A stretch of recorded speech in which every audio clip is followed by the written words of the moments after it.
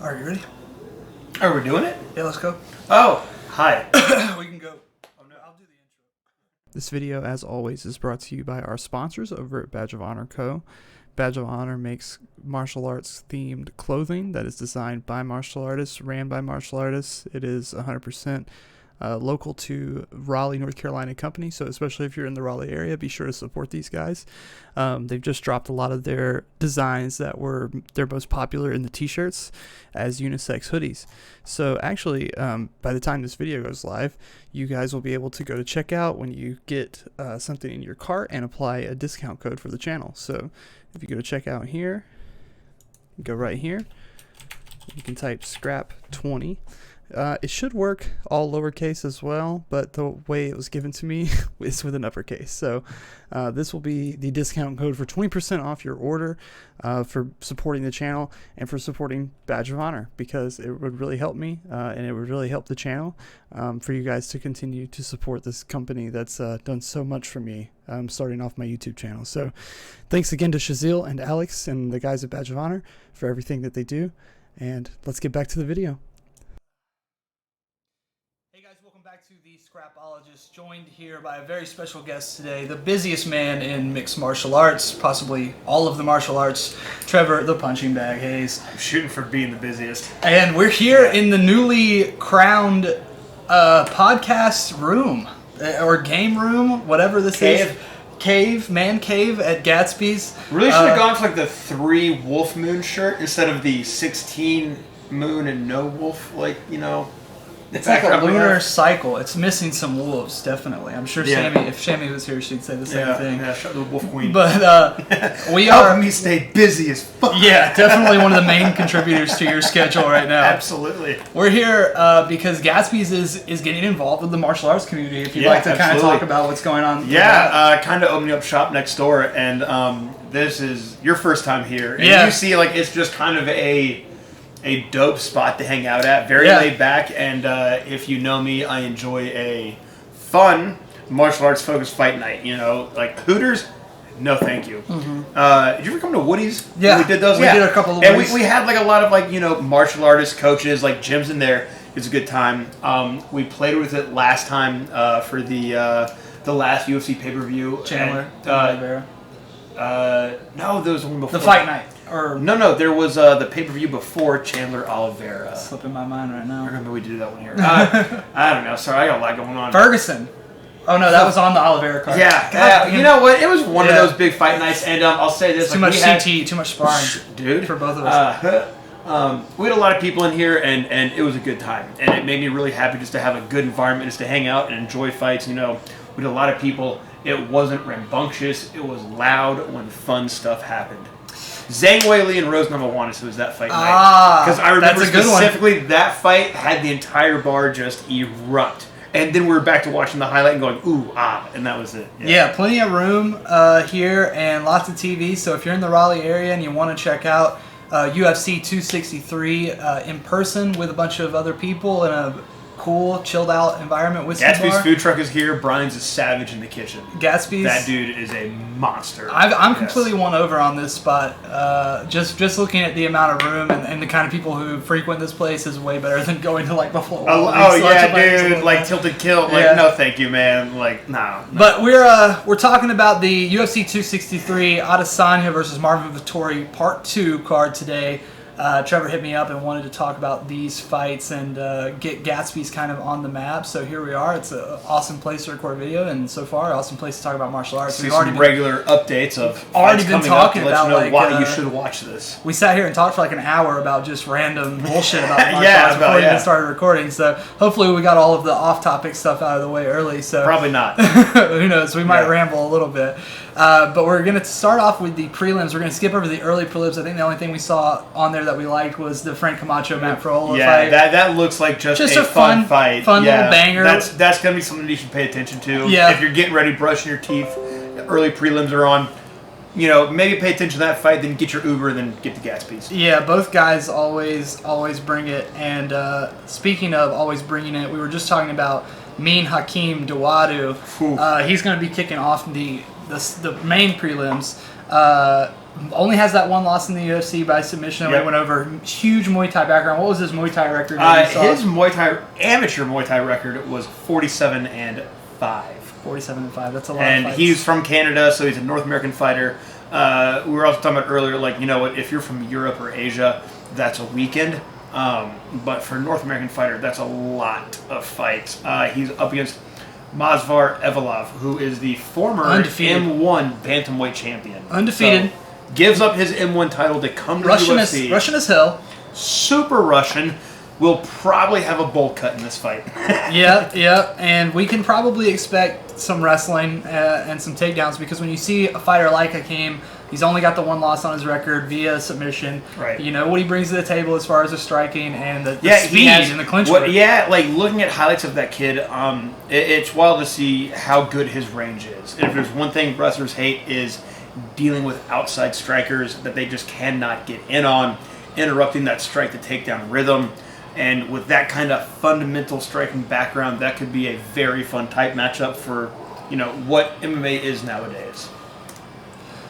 I can imagine, I can just see Mazvar just going in for clinch and hand fighting the whole fight, but could walk into a bad couple of combinations. It's really funny to me that, you know, kind of going back to what we were talking about at the bar earlier, when MMA first started, a lot of the appeal of MMA was like very heavily skewing stylistic matchups. So you'd always have like the karate guy versus the jiu-jitsu guy. And that kind of went away for a while, because it was like during the GSP era, everybody was encouraged to be as mixed as possible. And then GSP was like, no, I still take you down. Yeah, exactly. And now we're kind of getting back to that. We are like stylistic matchups. It's fun to see what comes by, and this is one of those matchups that goes that where it's like you have the wrestler versus striker, you have the wrestler for MMA versus the striker for MMA, and that's where a lot of these matchups kind of fall into. Like even the next couple of matchups that we see that we're about to talk about are very much the specialist for MMA versus the specialist for MMA. Like you can have a wrestler versus a striker 10 years ago, not the same fight that you see today. Nowadays, the striker beats the wrestler in MMA, and it's awesome to watch. Yeah. Well, going right along, the Lauren Murphy women's flyweight bout, Joanne Calderwood, number 3, number 4. Yep. And this is kind of the inverse of what we were talking about at the bar. Joanne Calderwood, someone who's had a lot of success with the striking, Muay Thai, transitioned to MMA, and has kind of failed to put it together and go on long win streaks. She does her best when she does striking to jiu-jitsu. When she tries to wrestle, she falls behind, but that's the fun thing about MMA. She strikes into positions that are good for her jiu-jitsu. She has good trips from the clinch, good trips along the cage, so she uses striking to set up her jiu-jitsu. Where a lot of guys will find wrestling instead of their jiu-jitsu, she's like, you know what, hand fighting, in-fighting, trips, sweeps, let me beat them up, give up the arm for defense, and then I attack. And Lauren's kind of on the other side. Jiu-jitsu to stop people with strikes. And that's what's funny about this matchup. It is still, when you look at it, Lauren jiu-jitsu against Joanne. And some wrestling for a women's MMA. She does. And she's great about that, starting neutral, going high or low on the body to fight in that clinch. So for Joanne, that could be a big problem. Lauren's ready to be attacked in those positions. We might have to see Joanne go into her background of longer kickboxing. Yeah, I agree. Keeping it at range, that's kind of when you're dealing with somebody who's got good grappling but not great takedowns in the open field, that really seems to be the best strategy. Yeah. Like, it's okay to throw a bunch of leg kicks even if they're not as hard as you can, because even if they get caught, it's not like they have a great single or blast or something like that to take you off your feet. So you can take more risk versus somebody like that, even if you're worried about getting taken down. Where Lauren will try to drive you to the cage, and then Joanne will try to stalk you to the cage and then shoot. She's gonna be like, hey, I'm gonna grab you, drive you across, and then take you down the cage. That's Lauren, the wrestling background. Joanne will walk you to the cage with striking, enter the clinch, find the foot sweeps. So it's fun to see where those overlap each other. It's funny that people who transition from a traditional standing striking martial art like Dutch kickboxing, like Muay Thai, they always kind of have that approach of backing someone into the corner like they did in their previous sport, or backing someone against the cage. I always think about Cosmo Alexander versus Sage. Oh my God! He The just switch kick feints to the ropes, and then just backed him straight up into the Yeah. corner and made him stand and bang. Like Sage had no other choice. He had no chance to do anything there. The big thing about a women's flyweight bout, especially when you're talking about number 3 versus number 4, is that one of these women, if they win and they win in impressive fashion, might be up next against Valentina Shevchenko. Do you think either one of these broads has anything for Valentina? Absolutely not. No, that's the problem with women's flyweight, isn't it? You know, so that's why I don't even. I just know Valentina's going to keep the belt. What I'm excited about is this matchup, though. Mm-hmm. These two will not stop because they both still want that chance to fight for the belt. When I know Valentina's going to fight, I'm going to watch to learn how John Wick's wife makes it through her day-to-day existence. You know, I'm always more excited about the fights before Valentina than a Valentina fight because we just know how the Valentina fight's going to go. So, like, a fight like Lauren and Joanne, like we can talk about, like, they will both go nonstop. They'll both fight to their best abilities. But ultimately, like, I feel like they'll just... The winner of this is the people's champ. Yeah, definitely. Because, for at least the next couple months. Because Valentina is not human. For at least the next couple months. This is the people's champ fight. You're the people's champ until you're the lamb to the slaughter for the Valentina show. Yeah. I mean, it's weird. It reminds me... Her reign just kind of reminds me of that prime Anderson Silva, where it really wasn't about watching Anderson to see if he was going to be tested. It was watching Anderson to see how he could decimate another guy differently until Chael came along. So, what I love about Valentina is that she doesn't do anything differently. Yeah. She literally does the same thing every fight and will beat you wherever you think that you want to be at. Every time you think that she has some kind of hole that has been exposed, like the fight before the last fight. Then there is no hole. All of a sudden, she lost a round of wrestling. She lost one round strictly grappling, and then her next fight she goes out and puts on a grappling clinic, almost as if she's making a statement like, hey, I've gotten better here. Yes. You know, if you were watching and you're like the number 7 or 8 girl and you've got a couple more fights before you get to her, you can't imagine how good she's going to get in that 4-fight span. Yeah. She just doesn't seem to slow down. That's the funny thing about the difference between MMA now and MMA then for that Anderson Silva era, because they're like, oh, we just need a wrestler to come along and take him down. Mm-hmm. Where it's the wrestler that came out and knocked him out. Where it's using sometimes like a mistake from your, like we talked about earlier, MMA allows you to make mistakes and capitalize, where the wrestler threw bad punches and knocked out the knockout artist. And that like became a switch. Where Valentina, who the hell is going to do that? She's the only person like, at her weight class. She doesn't like make like she makes a slight mistake in a round, and then never makes it again. So, I'm more excited about this fight than the fight after it. There's not a lot of women's flyweight matchups that do excite me. I'm always excited to see Joanne because honestly, even though she is it's her personality. 115, 125er, she's not in a lot of boring fights. No, and a lot of these fights in the high level end up being chess matches, end up being technical bouts. Yeah. But she always brings it, and she's always in my opinion, entertaining fights. And yes, she does have probably the cutest accent in MMA. She's so sweet. She's like a Disney character. Yeah, exactly. Yeah. Like if a Disney character learned like Muay Thai, that would be Joanne Calderwood. For sure. Yeah. Brave meets I don't know. Light heavyweight, which I was making a point in my last video that maybe Eric's still staying at light heavyweight. That's fun. Yeah. Maybe light heavyweight is kind of on the comeback. You know, it had its glory days on the John Jones come up era, and now that John is gone, especially gone, we can all. Well, it's like Valentina. We can all look at someone else. Yeah. Because even John Jones was like, we know what he's going to do. He's going to make that person look like they shouldn't be in there, and yay, whatever. Like the fights before it are more exciting than the. He loomed, he loomed over that division in a way. But this is one of those fights where neither one of these guys are still anywhere near a title shot. It's funny because like a year and a half ago, people were talking about Eric Anders like he was going to be at the middleweight division. Yeah, that's true. Yeah. Maybe it was just taking too much out of him to cut that weight. We all know how. But well, it's also because he came from football and not martial arts. Yeah. Where even Darren Stewart, someone who did start later on in life, still started martial arts to be in martial arts. Yeah. And that's what's funny about this. Where like Eric Anders. Football takes you so far in fighting. It does. Like Brendan Schaub's and it took him as far as Schaub. He's just now learning how to be a mixed martial artist, and with Darren Stewart, like he's just one of those guys. He's always been a martial artist. He just started a little bit too late. Yeah. So this is one of those fun matchups where, like with 205 becoming a new division. I think a lot of people see that this is just something to say like, look, we could see them as a co-main event for a potential like smoke show against a high level to it. Like let's say like the winner of this gets a good knockout. Yeah, they could be the co-main event against another light heavyweight. but Mike will get decimated and by that like 5 that to high 10, level. that like, 5 to 10 level ranking. Like these guys are both still outside of 15, right? Look, I know they can murder me with one punch. I get it, but who can't at light as far heavyweight? as exactly At light heavyweight, everybody can pretty much my finish limits. you. I'm a goddamn fat lightweight. I know it. At light heavyweight, everybody has finishing power, pretty much. That's that's just the way it is.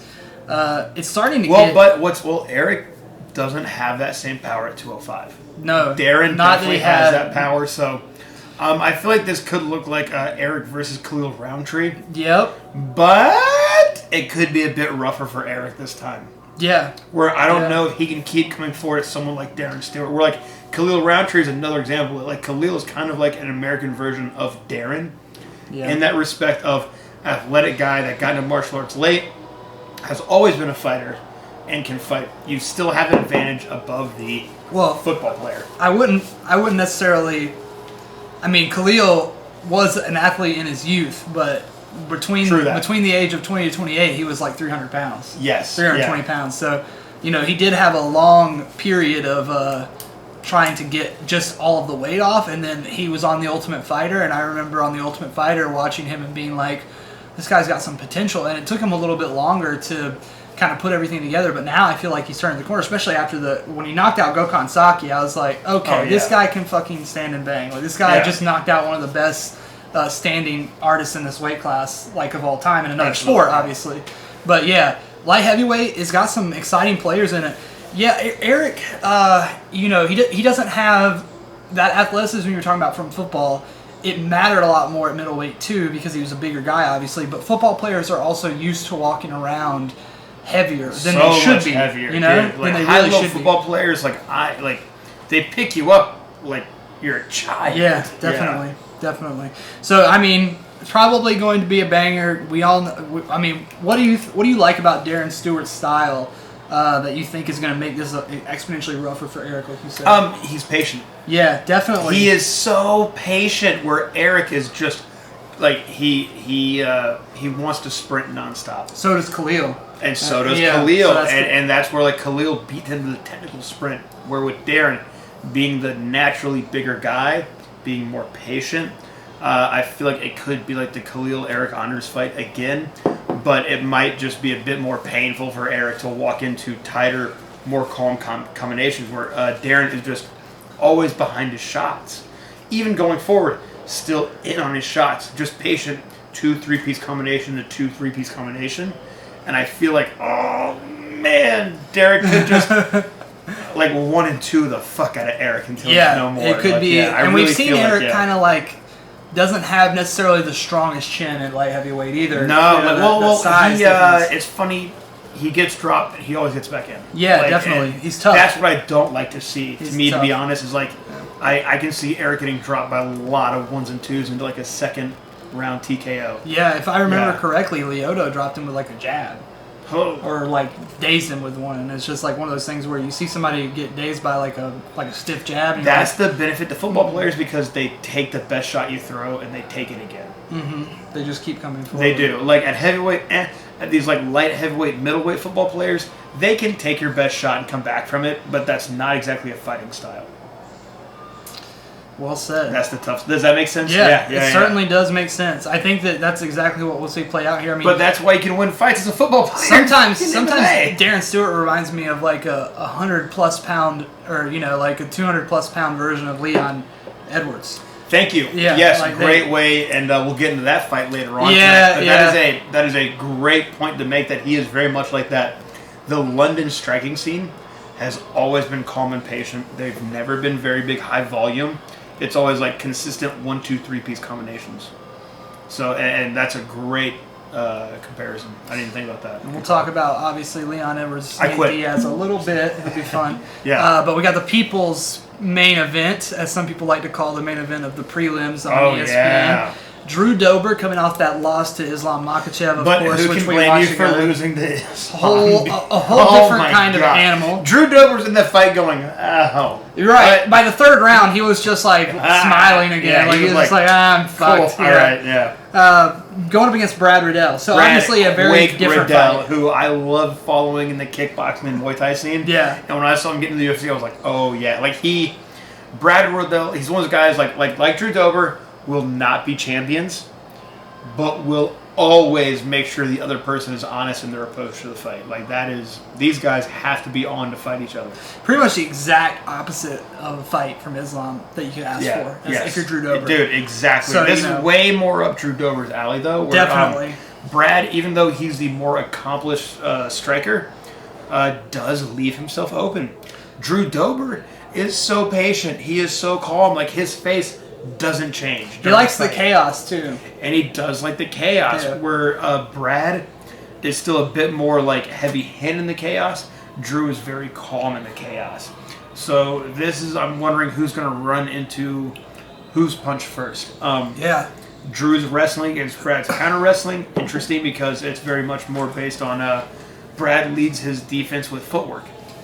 Where Dober leads his in like on that straight line. So I kind of wonder who's going to be the cage work and the ringsmanship of Brad Riddell is going to be a big difference. It's not going to be the very middle. It's when you see on like live fight nights, you see the cage outline inside the cage. Yeah. This fight is going to be one on that line, not the cage wall, but that cage line that's a couple feet off the wall before the middle. The black line? That black line in the middle of the cage. Mm-hmm. That's where this fight's going to be one at. Because I feel like that's where Drew Dober likes to put people. Where Drew Dober needs to be on the inside of that, but at the same time, so does Brad Riddell. Yeah. So who's going to fight for the inside of the cage, inside the cage? It's funny because sometimes that's such a battle. Like, it depends on the level of awareness. Also, and it's the same thing of boxing, but it also comes down to boxing fundamentals. These guys have Muay Thai fundamentals, so it's much more like left, right, up, down, where boxing is much more control that middle. I kind of want to see how that first round goes and to see, like, this is one of those fights, like, I want to see who controls that middle first, and that will probably play out who's going to win. I feel like it could be either person's fight, but I want to see who can outwardly control the inside of the cage first. There's levels to it, too. Like, some guys will realize that you're trying to cut away from there and get out of there, and they'll do everything in their power to close you off and stop you. But, like, then you watch a fight like Cody Garbrandt versus Dominic Cruz, and it was like every time Cody got to that past that black line, he would literally just walk away slowly back to the center of the cage. And and he was like, Dominic, it was almost like Dominic had no idea what was going on or like what strategy was being used. Because he was so used to people like forcing themselves at him, and he was like, no, in a straight line, in that line you were talking about. And Drew Dober, even though he's not a striker, he is a wrestler, is really calm at the end of his punches. Yeah. There's a concept in 3D fighting games like Soul Calibur and Tekken called 8-way movement. You have to always keep your 8-way movement in mind. And definitely in real life, guys get caught up on moving laterally. When people talk about learning front, striking back, from the UFC side. games, it's not punch kick, it's where the fight takes place inside the 8 points of the cage. Yeah, that's like I play the UFC games. Another 3D fighter. Like another 3D fighter. Yeah. Like it is. Like the UFC game, I'm like, oh, this is like fucking Soul Calibur. Like, all right, cool. Like I know where to fight inside this game. Like that's it. Like I don't know what I'm doing in those games, but it's that 8-point fighting. Yeah, exactly. And it goes back to all right. So getting into the main card, the good stuff. And this is truly a good one. Like I said a couple videos ago that the UFC doesn't really put on like banger cards anymore where every matchup is like going to be a good matchup, but this is one of those cards where it really does feel like every matchup is important. They've had some quarantine matchups have been like the absolute Thunderdome, and I've loved it. And now this is one of those post quarantine fight cards where they can get everybody together. Like Leon can come to the States. Well, it's the international matchup. Yeah, like we're all definitely seeing who is the baddest of their land. And now let's make them fight each other. So it's much more of an international appeal post-COVID. And I think that the COVID thing made me realize how far MMA has come in the last, even 10 years. Because I became such a bigger MMA fan over quarantine than I have in the past years. 10 years ago, if you wanted to have a situation like the COVID situation happen, and you had to just only do cards for a year with only American fighters, it would not have been a big deal. Yeah. But it was so noticeable that these, foreign athletes were missing from our lives for so long. That it became a really big deal when they started coming back. And this is one of those cards where we've got Paul Craig, the Scottish Warrior. We've got Bilal Muhammad, who's based out of the U.S. Damian Maia coming from Brazil. Leon Edwards and Darren Stewart able to come over from Europe. Yeah. I mean, this has got a lot of international appeal on it. A lot of that Russian champion making his debut. So finally, all the pieces are back An together. Italian now based out of America fighting someone originally from Africa, now out of New Zealand. Yeah. Like, that is the most bizarre international matchup Yeah, I can think of. New Zealand versus Italy, like What a club something, sandwich of a chaos. rivalry you could probably only see on like the soccer field before. Yeah, exactly. Now Yeah. they're scrapping it out. But Paul Craig versus Jamal Hill. Jamal Hill hits hard. Yeah. and he's super athletic. We have like the Scottish jiu-jitsu expert from MMA, Paul Craig, against a BJJ blue belt, which is still at like it's one of those things like you see in MMA. It used to be black belt versus blue belt. Oh, that black belt's gonna win. Now, blue belts are tapping out former world champions in jiu-jitsu. Well, I mean, so I feel like Paul Craig's jiu-jitsu at this level is like it was kind of his big asset early on in his pro career. I feel like he's just kind of good. Once you at grappling at this level, punch a black belt enough times, they'll become a blue belt. It's kind of the of the mentality as well. The blue belt stays the blue belt. Yeah, I've noticed that. Mm-hmm. Yeah, like who was the purple belt? His name was like Fluffy. He submitted like a world champion. The world champion recently. And that goes to like the purple belt stayed the purple belt. Yeah, the definitely. Black belt quickly became a white belt. Made some white belt ass mistakes. White belt ass mistakes. And Paul Craig is like he is that guy that we were talking about earlier at the bar. When you have a jiu-jitsu guy who knows his jiu-jitsu is good, they tend to be a little too relaxed in there, a little too chill. Like his stand-up is just enough to create a shot or for him to get an entry.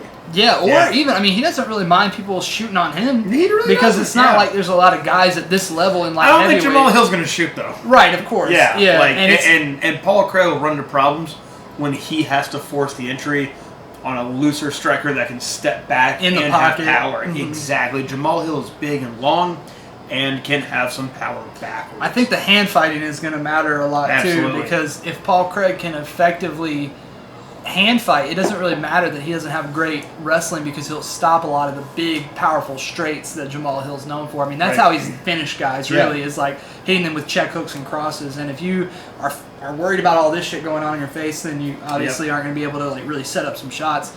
But Paul Craig is like the trademark guy of like getting your ass beat for 2 rounds and then just somehow subbing. He has a 1 second finish. 1 second finish. Yeah, 1 second 1 second left in the fight, and the guy tapped out. Definitely the latest submission I've seen. Yeah. Well, Demetrius Johnson. And he was getting his ass beat the whole time. Yeah, definitely. If it would have been in a title fight like the Demetrius Johnson one where there was 1 second left, people would still be talking about it every time this guy fights. But a lot of people had forgotten about that crazy feat because he actually had gotten 10-8'd the round before that and was on his way to another 10-8 in that round as well.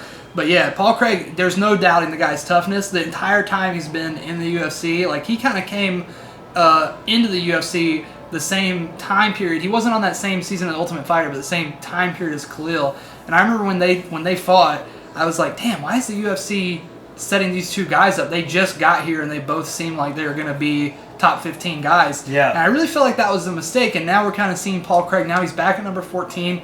If he can win this fight, I mean, he's proven a lot. Yeah, he's proven a lot.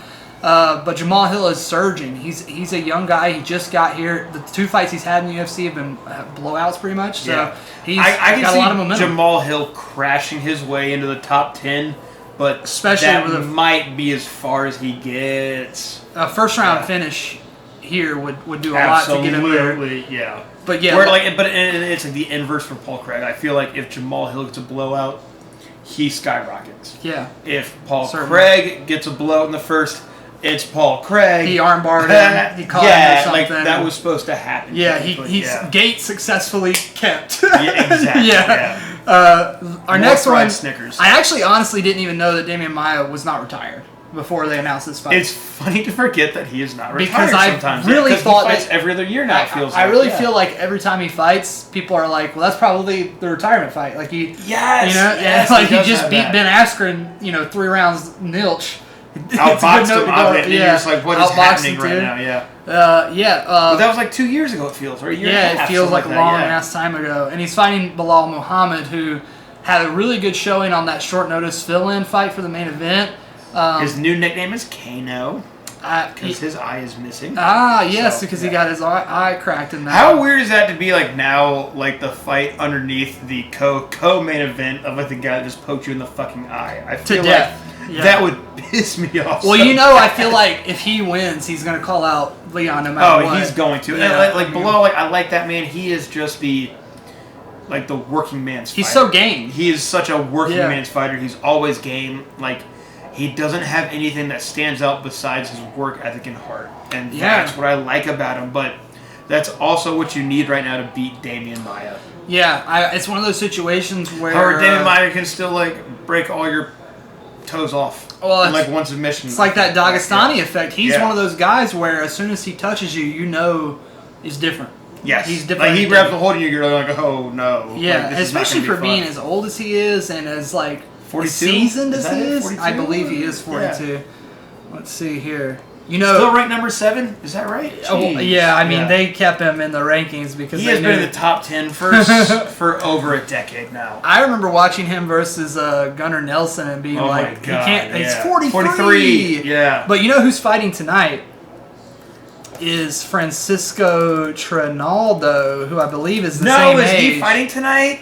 He still fights in the UFC? 42 years old. Get out of here. And he's fighting Muslim Salikov. I remember watching him fight when I was in the military. That was 12 years ago. Yeah. Unreal. Trinaldo, it's a little bit different to be 42 and winning at lightweight. The most competitive weight class. The youngest overall weight class. He did have class. like a knockout like a year or two ago. He head kicked the dude, and Urbine didn't stop it. And it just was a horrible stoppage. Yes, I remember that. I remember he destroyed a guy. But yeah, shout outs to Trinaldo who's fighting later tonight. But yeah, those two guys are both in crazy competitive young man divisions pretty much. I mean, welterweight over the past couple of years has had some older guys, especially winning the belt. Yeah. But they never hold on to it very long. Like, Robbie Lawler lightweight is late. much more explosion. Yeah. Francisco is still explosive. Where like 170, it's now becoming finesse. Again, like we talked about the that earlier. chess match, You even see in like Kamaru Usman. Yeah. We all know he's explosive. We all know he's powerful. He's most dangerous with finesse. He takes his time. He's not one of those guys that blasts out of the gate and is looking to finish you with like a And with Damian Maia, when he fights now, I feel like time really isn't on his side. Like the longer a fight goes, the worse it gets for him. And Bilal can definitely fight all three. Yeah, and every round starts standing. So that's one of those things. But all of a sudden, like, if Damian's on his back, like, good fucking luck going there. Yeah, like, that's still the set. The thing about Damian is he's got great control, but he doesn't have a lot. I mean, this is what gets him in trouble in the fights that he does lose. He can take people down, like Jorge Masvidal. He took him down and controlled him, but he can't finish people with RNC anymore. It's not easy to finish people with rear naked choke anymore. So, but he can still beat people with control. Definitely, you can win rounds that way, but they're going to stand you up. They will. And you better not be stand tired. you up a lot more now. It seems, which is interesting to see. I agree, and it's I can see Damian getting like 10 takedowns halfway into like the second, and then getting stand up and stop. Like I could see that happening. Honestly, I'm interested now that we're going back to a system of like traveling to different arenas in different states. If that will remain the case or if it will kind of vary like it used to, because I feel like for the past year and a half we've seen a very UFC-controlled sport. We haven't had a lot of involvement from the commissions, so we haven't seen like you haven't tuned into a UFC when card. the UFC came to North Carolina, there was no 12-hour like re-weigh-in rule. The UFC came and going like, "Hey, we're gonna do this, and y'all will hang out, and be official, and that's it." Like, right. But you still have guys like Wayne Spinola refereeing the UFC cards. I mean, when you tune into a UFC card in Nebraska and you're like, who the fuck is this guy? Like they will bring on like the states Wayne Spinola is also a very seasoned judge up and down the East Coast with ISKA. He does karate combat. Like he's everywhere. So they will bring on someone like him, but they will like put other experienced people into more like locker room roles and stuff. And the UFC comes in and like just kind of goes like, we're gonna just do this and you'll hang out. Like, I saw that. Not always. I mean, for Fight Island and for the Vegas shows, they use their people, and that's why I feel like Frank, like my buddy, he was down here as a doctor. I actually wound up cage side. I don't remember getting there. But there's picture proof that I was there. There's picture proof that I'm cage side at UFC Raleigh, but I had like a lot of friends cage side working, but they're even kind of just like, a lot of them were saying like, look, these UFC guys are all just doing their thing. And I was like, all right, cool. And they were there because they had to be there as a representative of the state. Yeah. Where it's kind of like bringing in like your own pit crew to like a show, like something like that. It's like the UFC has their own crew, like they have they're like, hey, these are our doctors, and the NC Commission goes, cool, we just have to sit here.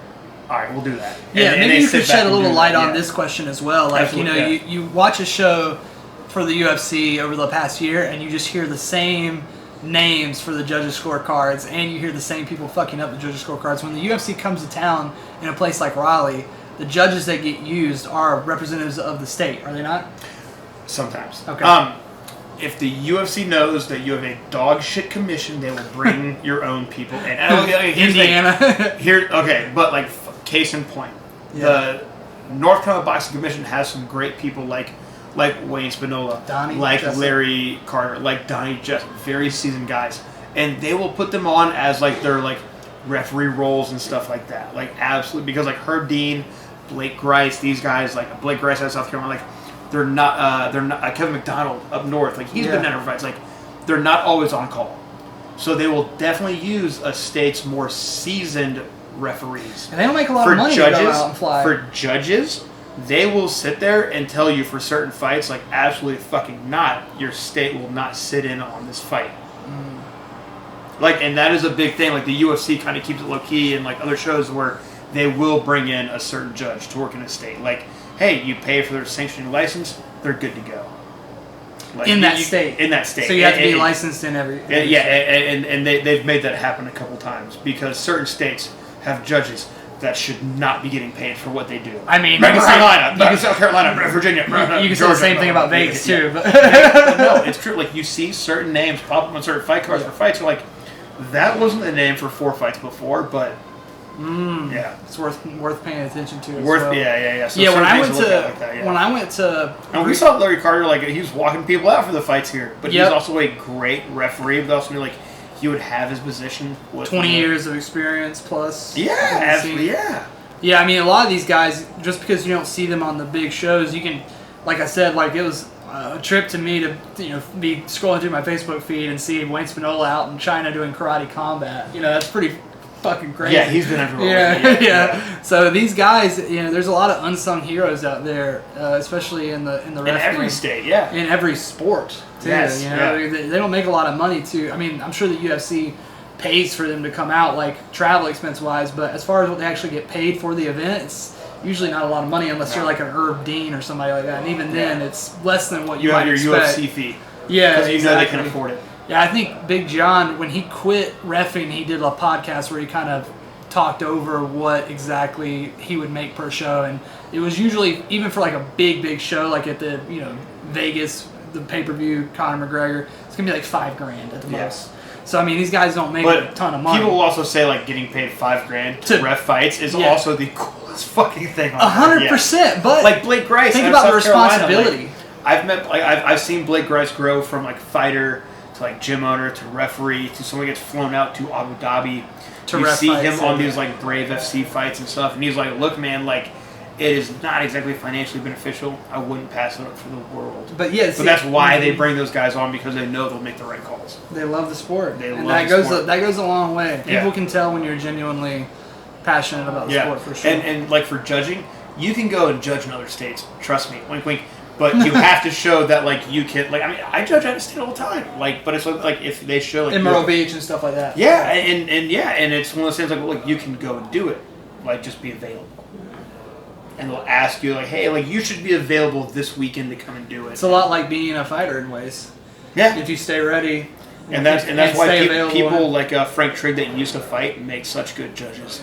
Because they're always ready to go out and make that trip. Well, getting back to UFC 263, cool. we had that's a great rabbit hole, man. I learned a lot.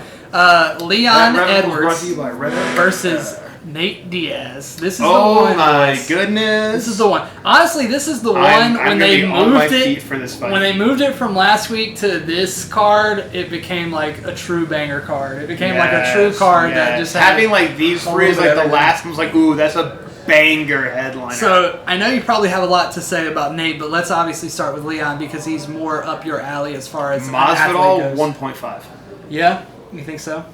Do you see that fight kind of going So, but that's why I say Masvidal 1.5, because I don't know if Leon can handle Nate's volume the same that Jorge can. What do you think about Nate at welterweight? Like I how love it. you like how he's looked there? Fighting someone like Leon. Yeah, Leon is a. Here's Smaller what I like about this. welterweight, No, yeah. he is. Oh man, I see him like hitting pads with normal sized guys. I see Nate hitting pads. Like it's like you see coaches and you see the fighters, and you can kind of see like which fighter's more normal sized. They're both just above normal, kind of, and that's what's funny. Leon just has a bit more muscle, bigger legs. Kind of reminds me of my student like Hunter. Nate Diaz, overall ganglier, kind of just like can be at 170 whenever he wants to. Leon has to make it. Leon is well rounded, but doesn't have that super explosive edge to keep him above, to keep him ahead of Nate too much. Like, I feel like he can consistently like hit Nate with shots. I don't know if he has that same like hit factor that someone like Conor or Jorge might have. He has the same patience, has the same accuracy that will give Nate problems. Don't know if he has the same like explosive like one shot power and wrestling and stuff like that. Like there's a lot. You really have to have that kind of power to put away Nate. Yeah, As you we do. all I know. kind of feel like this could be like a Nate versus like Cowboy 2.0. I'm kind of If Nate has really upped his game, like if he keeps growing, he's supposed to as a martial artist. This could turn into like Nate versus Cowboy because it's 5 rounds. And people talk like Leon talks about like he goes off more if fight goes on. He made a good example of a Bilal. Yes. Whereas like look, I was hitting those shots like the first, second round. It was not going to get better. right. As long as it's You gonna be can easier do for those shots to Nate each round of a fight and he's fine. Can you keep up with Nate's volume? That's what I'm curious about. Like, I feel like Leon could get interrupted enough because he's such an intellectual, like calm fighter. I feel like Nate could bring just enough chaos to make him uncomfortable for 5 rounds. I don't see Leon getting finished. I definitely see him just getting kind of like maybe outpunched. However, same thing for Nate Diaz. Like, I kind of just lean towards Nate Diaz more. Well, I feel like a lot of people are counting Diaz out. I mean, Absolutely, The minus 500 for Leon is crazy odds to me. Plus 355 for Nate. But It's I think they're seeing that because of the Jorge fight. I honestly think so too. It's recency Yeah. bias, but like you were saying, do you feel like Nate evolves every time he goes out there? Because I feel like a lot of the public narrative is that he doesn't. Nate gets better at being Nate. Yeah, exactly. He doesn't evolve. But He's- here's the thing, neither does Leon. Leon has fought the exact same goddamn fight every time he's in the UFC. So has Nate. Nate will improve certain areas of conditioning, of volume, of placement, of jiu-jitsu attacks. Leon just does what Leon does. So I feel like Nate could have enough just to interrupt that over 5 rounds. Because Nate can definitely go 5 rounds. With Leon. I can't believe this is 5 rounds and it's the third fight. And now. that's what I love it! I Yeah. love that it's 5 rounds up. I do too. If it was 3 rounds, Leon. This is the kind of 5 fight- rounds? 5 rounds, I can see it being Nate because of what Nate can do in that 3rd round. Nate knows how to take it in that 3rd round into the deep end. Yeah. Where Leon goes like treading water in the middle of the pool for all 5 rounds. Nate goes into that deep end in the 3rd. Like he doesn't. Well, That's what he did versus Conor in the second fight. He takes you to the deep end. Yeah. Where Leon will stay in the same spot. So Nate will try to pull Leon into that 3rd round. Yeah. So if Leon can keep composure, keep forward pressure, simple shots, maybe do more damage over volume, Yeah. he can walk away with it. Or he can fucking drown. I feel like Nate might have enough. Yeah, Freaking great. I Yeah. remember in that Conor fight with like a minute and a half Nate left, also looked good with time off. he just like, don't turned forget. he just Yeah. turned it on, and Every time Nate has time off, he comes back better. Anthony Pettis fight is a great example Yeah. of that. But You that's give him a year and a half in between fights, it's a better Nate Diaz. definitely Leon is always Leon. and he's one of those guys who's always in shape too. Like he Always. doesn't take Yeah. time off. So is there's Leon. really- Leon trains year round, yeah. Definitely. Leon definitely focuses on technique, where Nate focuses on conditioning. Overall shape, yeah, definitely. I just feel like that 4th and 5th round in this fight, I think one of the reasons why it ended up becoming a 5th round fight, not only because I think both guys probably asked for that, but one of the reasons why they said yes is because you look at both of these guys' styles and you say like, this is a fight where the 4th and the 5th round will matter exponentially. If Absolutely, it gets yeah. that far, it will be such an important it's such an important thing because of that difference in styles and how they approach those rounds. I mean, like you're saying, you watch Leon. That third like round's going to be the winning fight. It's like his performance level is up here, but it's like the fight starts, he gets up here, and it's like a straight line. He just stays across. Whereas Nate is like fluctuating. Cool. Like, he's going to be falling behind, but still elevating what he does. Yeah, just where Leon just goes up. like, cool here. Mm-hmm. Like, yeah. And that's one of those things about guys like what that. Even starts like even like if you look at like on that graph, like Leon starts here and stays it. Nate definitely starts down here. Below, yes. Where he can start 2 rounds down. He matches you come to that third round and starts pulling ahead. And that's where it becomes that above. He tends to rise to the level of his competition, Absolutely. which is one of the reasons why I feel that he does better in fights like this than the traditional approach of I fight the number 4 guy, then I fight the number 3 guy, then I fight the number 2 guy. When he's able, like you said, to take time off and just come in out of nowhere and get a fight against the number 3 guy like this, it's so exponentially better for him than like a constant grind. Absolutely. Yeah, absolutely. Yeah. Well, that's probably the one I'm looking forward the most to. I'm so excited for that fight. That's the fight that to me is the most competitive, even though you've got this next fight we're about to talk about, which is unreal. The first fight was insane. Yeah. Obviously, one of the best flyweight fights ever in the history, especially the best, in my opinion, the best flyweight fight to not have the name Demetrius Johnson in one of the headliner spots. But Davison Figueiredo taking on the baby assassin, Brandon Moreno, once again, another championship rematch, just like the main event. Except, unlike the championship main event, that last fight was not close. That between Izzy and Marvin, it was a split decision, but most people who watched the fight would tell you. Like I was like, dude, like Marvin just kind of had pressure. Yeah. Exactly. Otherwise, Marvin was kind of just in that fight where Izzy was ahead the whole time. People wanted to give him like some rounds. People had a different mentality about wrestling when they first fought too, in my opinion. Whereas like, when you're fighting a guy like Izzy, it's a moral victory to be able to take him down and hold him down, but you're not doing any damage. Yeah. But now, when Marvin took him down, like he wasn't doing anything. Especially in the third. Yeah. In the third round, he took him down and held him down, and that was about it. But this fight, Davison Figueiredo versus Brandon Moreno, a fight which a lot of people thought would just be a complete blowout for Figueiredo, like it has been for him. Not gonna lie, kind of thought it was gonna be too. Like I knew Moreno's tough, but like good. We found out how tough he was for sure. Yeah. There were at first it became a testament of the toughness, and then as the fight went on, it was like, damn, Brandon Moreno's starting to get into this fight. I'm gonna say something kind of bold. Davison wins by 3rd round TKO. Yeah, I mean that's how I feel again. I feel like Davison. That was the fight to take him past tough to technical champion. Yeah, and the more technical he becomes, because like we talked about, like finesse goes a long way in MMA. Like his toughness made him a champion.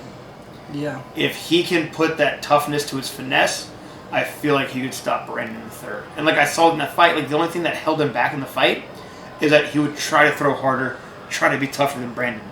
But Brandon knows how to fight that way. So I feel like more patience this time. Exactly, and I feel like his patience could lead to a little more volume and could stop Brandon in the third. Like the first fight was so good. Because Davison was not ready for that fight. And it's usually not the case where... Because Brady fights a Mexican boxer, and it's awesome to see. It really is, exactly. Yeah, I mean, the true Mexican mentality, of course. I mean, it doesn't matter if you're talking about boxing or soccer. But if Davison's done the right homework and the right training in between, he could use that against Brandon. Yeah, but that's like you're saying, if you have a fight like that that goes 5 rounds and the guy's exponentially tough and pushes you and makes you become a little bit better, if you can hold on to the belt through that, and usually we see people come back much stronger from something like that, especially if Davison is who the UFC would like us to believe he is. Yeah, I mean, I also feel like if it goes 5 rounds and Davison still wins, like that last round, it went to a draw because why? Davison had a point taken away from a DQ. That's correct. If it goes the distance, I still feel like Davison will take that belt home, but I kind of feel like if he's up his game.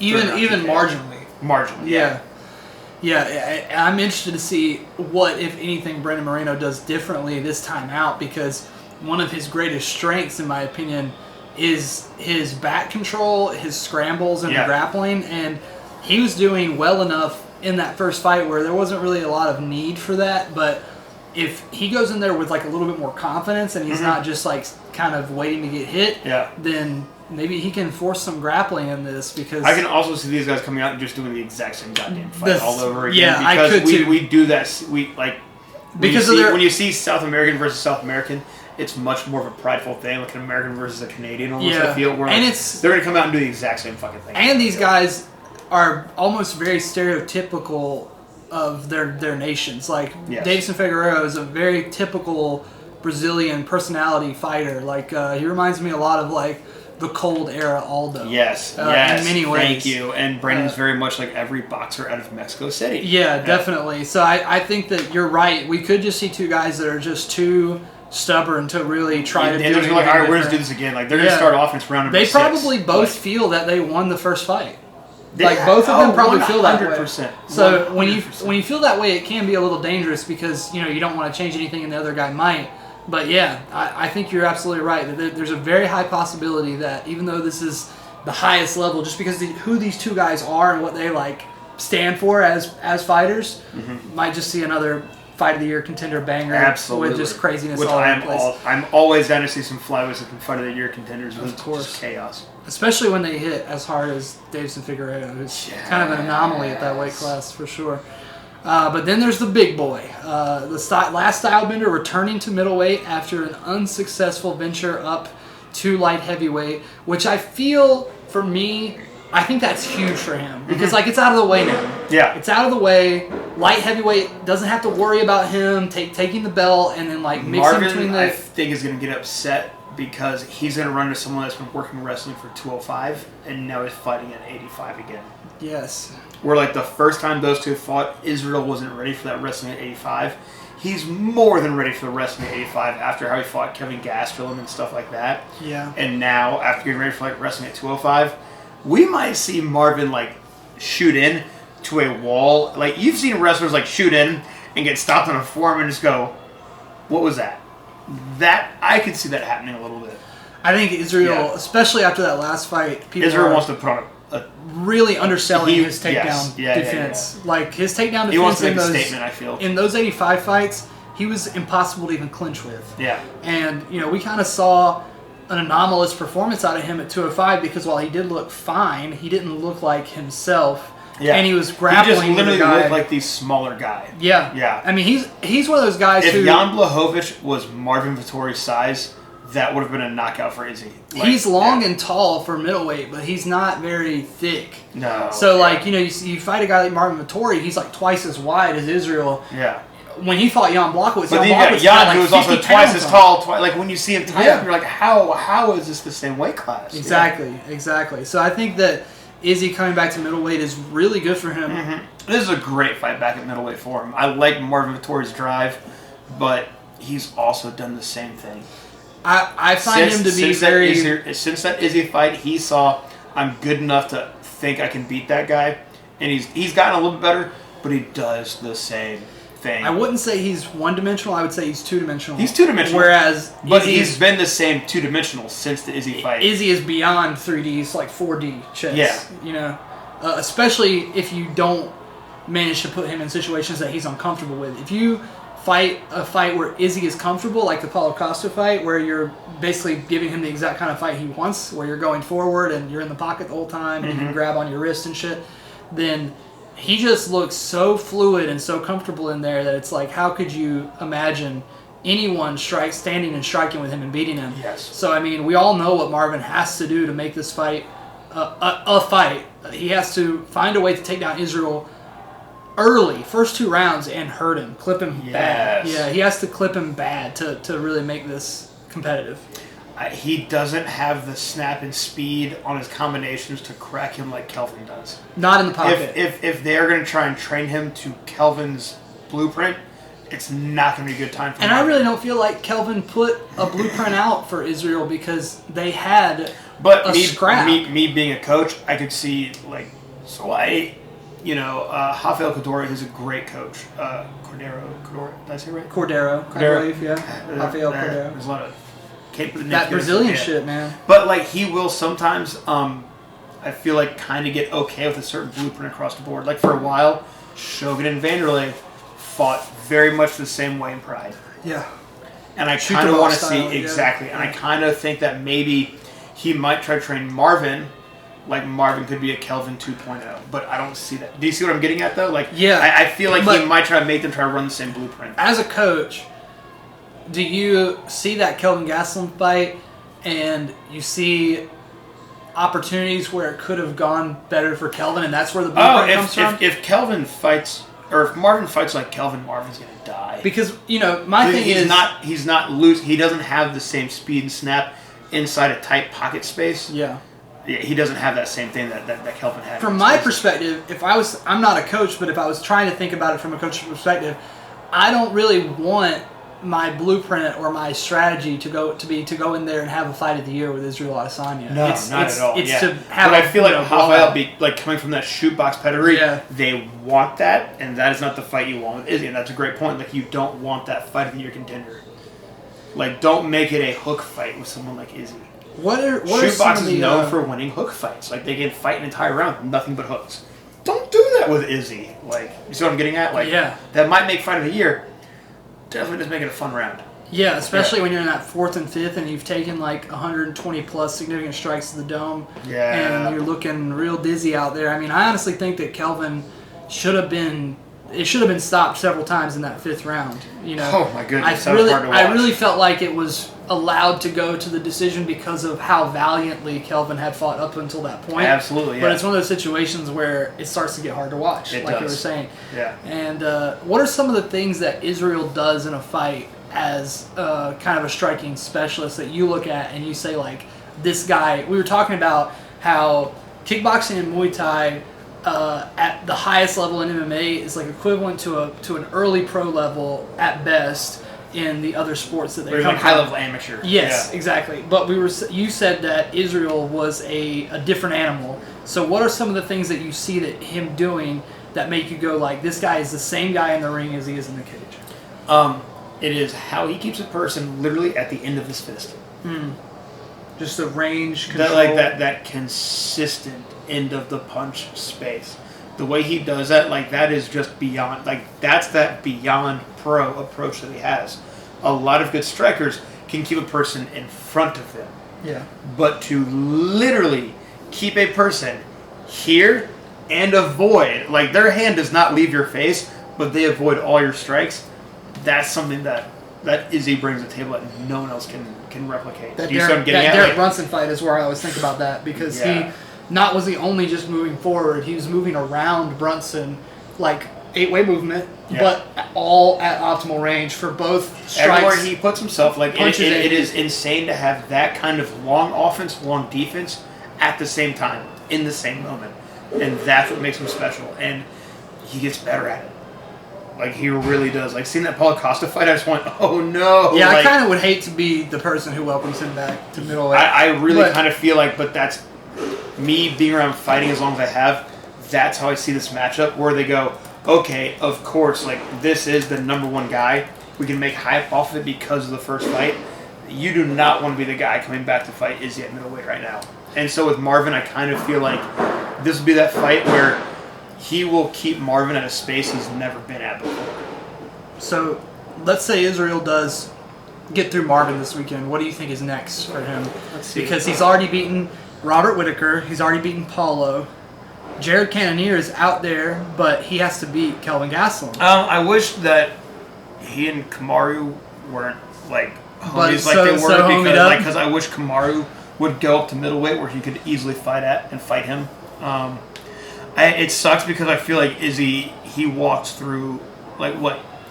Yeah, Edmund Shabazi and Sean. No, like when you get past number 4, the matchups aren't even interesting anymore. No, like Jack Hermanson, Darren Till, like Uriah Hall, like no one wants to see that against Izzy. Like they really don't. Like for Izzy, I feel bad because after this, if he goes back through Marvin, if he just runs through him, then yeah, light heavyweight is still the only fucking option for him to do anything. Man. I don't know. They haven't really had a lot. But of then guys. again, I don't want to see Izzy fight Yuri Prochazka because I feel like Yuri's going to be the next champion.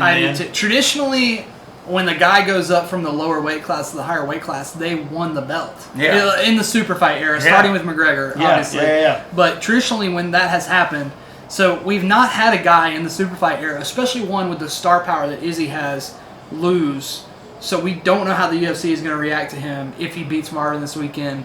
They're probably not just going to greenlight him for another UFC 205 title shot. No, not at all. So, I mean, he's got to go through one more person. I think it comes down to the Kelvin Gastelum versus Jared Cannonier fight. Whoever wins that is going to get Izzy. Really, it would have to be, seeing that, it would have to be, if Jared wins, it would have to be Jared, because that's the only person in the top 5 he hasn't won. Yeah, and that's why I think it's a number 1 contender fight, because Jared is a fresh matchup, and everybody loves the Kelvin fight. It's also usually they try to keep championship fights within the top 5. Anything out of a top 5, we all go, wash.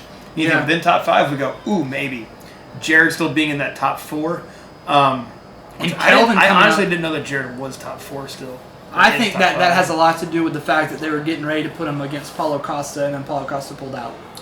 So, I mean, now that he's fighting Kelvin, this is a great opportunity for Kelvin to really jump the line. Really, I feel like, it will probably be Robert Whittaker after this. It has to be. Like, people are pushing that rematch. He destroyed him. Like, I don't see... What also comes down to, like, Robert Whittaker would sell better. Like, you could get Jared Cannonier another fight in between that to build it up more. Everyone is talking about what? Robert Whittaker. So who will probably be next? Robert Whittaker. Me, I'd like to see Jared Cannonier because I didn't fight him, but it will probably be Robert Whittaker. The first fight with Marvin Vettori was not close, but it was a split decision, and the UFC is promoting that split decision in such a good way that there's a lot of people who think Marvin Vettori has a really good shot against Israel.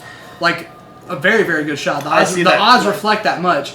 The Kelvin fight was actually close until the 4th and the 5th round. Yeah. So it's one of those things where, I think the fight is Kelvin if he beats Jared, but if he doesn't, I don't think people are lining up out the door to watch Jared. Like you said, I think that they'll probably try to get Robert back in there because they'll probably have to do a fucking Anderson Silva switch and have him go up to light heavyweight against Volkan or Anthony Smith or Reyes. I feel like something like Dominic at 5, Anthony at 6, or like Volkan, like, because that would definitely be a knockout for Izzy. Jesus Christ, that would be like the James Irvin and the Forrest Griffin fights. Well, I feel like Volkan would be James Irvin, and then that would be like Forrest Griffin right there. Like Anthony Smith would be like a next Forrest Griffin fight. You look at those top 4 guys in light heavyweight, you're like, and then he would go back and fight 85 for the title again. If you look at it right now. This looks exactly like Anderson going up to fight James Irvin and Forrest Griffin, and then going back to 85 and defending the title just to help 85ers build up steam. And that creates hype for him to stay in that light heavyweight title dispute if someone else comes along. If Yuri gets that title, stay the hell away from there. But do fight Anthony Smith. Do fight... See, I honestly think he's got a better opportunity against Jan or against Glover than against Yuri because Yuri has so much chaos to him that Israel can take advantage. Glover, I don't think, dude, honestly, the way that Jan fought Izzy, dude, don't let Izzy fight Glover.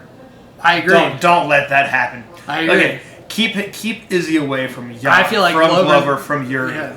Like Alexander Rakic, that dude's a bit of a wild card. Even that would make me nervous. More technical though than Yuri. I mean, honestly, I'd like to see Rakic versus Santos being a former welterweight, absolutely like that. That 4 and down. Give some of those guys to Izzy, keep him busy for those middleweight fights to keep steam going. And it kind of shows people like he's ready for 205 now. You know, yes, like the two of the. But like, honestly, right into that champion in the top 4, keep him away from there. But keep his name out there to make it just build interest. Yeah. Yeah, that's how I feel. Izzy should stay the fuck away from that top 5, 4 in light heavy. Yeah, it could be one of those things where he just John Joneses it and just decides to stick around forever at heavyweight. So or at light heavyweight. If he puts on size, then do it. Yeah, but he would have to leave middleweight. I 100% agree. I think that the approach for the Jan fight was just a little off, but I'm very interested to see. Obviously, he's, in my opinion, the biggest star right now. Mm-hmm. Jorge is kind of done. People have kind of moved on from that. He's still big on social media, but not so much like the bigger media outlets. I agree. Yeah. And Israel is the guy who still has the belt, who, for outside of the Jan fight, is still winning fights. So, especially if he wins this fight, the UFC can get behind him in a big way again. And who knows what we'll see. But I definitely think that we're probably looking at Stylebender decision or Stylebender fourth, fifth round stoppage. Fourth, fifth because round their stoppage. first fight was a third three-rounder, and I think that matters Yeah. a lot because at the end of that third round, Marvin was tired. Izzy was bored. I agree. And that's the thing, like you said it right. Marvin was tired. Izzy was bored. Yeah, I agree 100%. Yeah. Well, guys, that does it for our UFC 263 discussion. It was obviously a blast having Trevor on. Maybe Good we'll to do this again. do more in the future. I love talking about fights with this man. So, also talking about maybe doing some betting talk. If you guys are interested in sports bookie type stuff, learning a little bit more about how odds work and about how to make smart bets in MMA.